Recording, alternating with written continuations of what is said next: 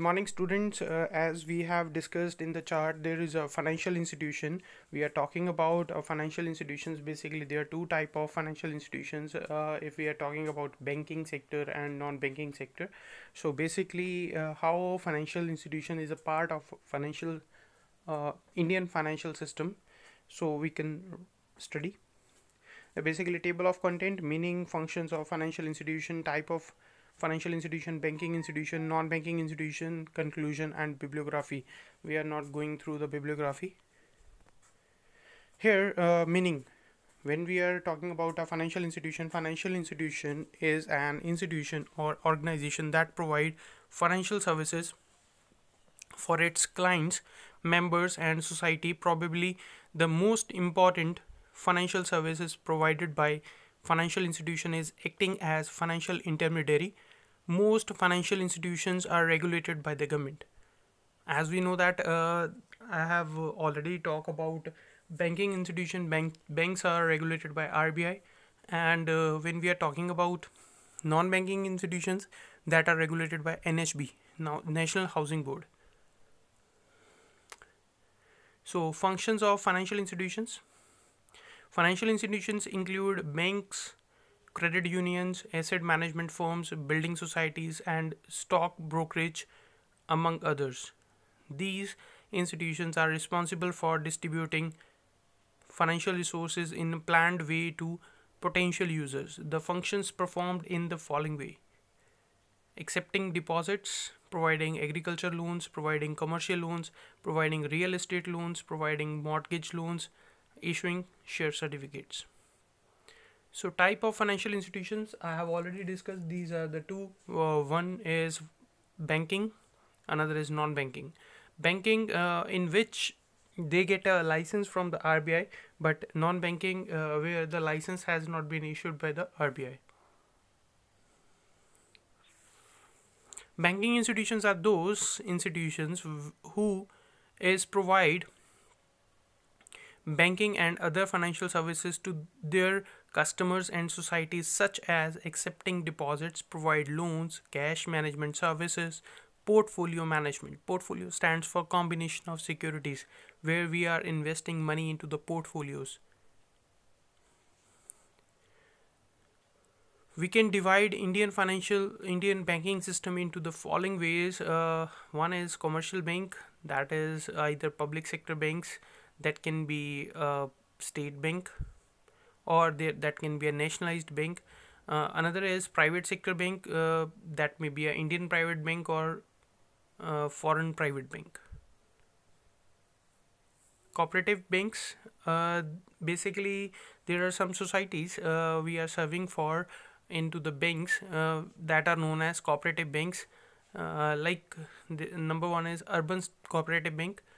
If there is any society or any cooperative society into the urban area, they will open urban cooperative banks. State cooperative banks, where in a state, such like Punjab Corporation Bank is one of the example for a state. There is a central cooperative bank. Central cooperative bank is basically a for societies of India or for country, so that are known as central cooperative banks. Then the last one is regional rural banks. These are called Grameen banks, which will help to rural areas to develop their areas or develop their standard of livings. Public sector banks. Public sector bank is divided into two groups. One is State Bank of India, that is state banks. Another is nationalized banks. State Bank of India was established in 1955. Initially, 100% stake of SBI owner was RBI, and nationalized banks was established in under a Banking Act 1969, 1970, 1980. Initially, 100% ownership of 19 to 20 banks, nationalized banks, were held by the government of India.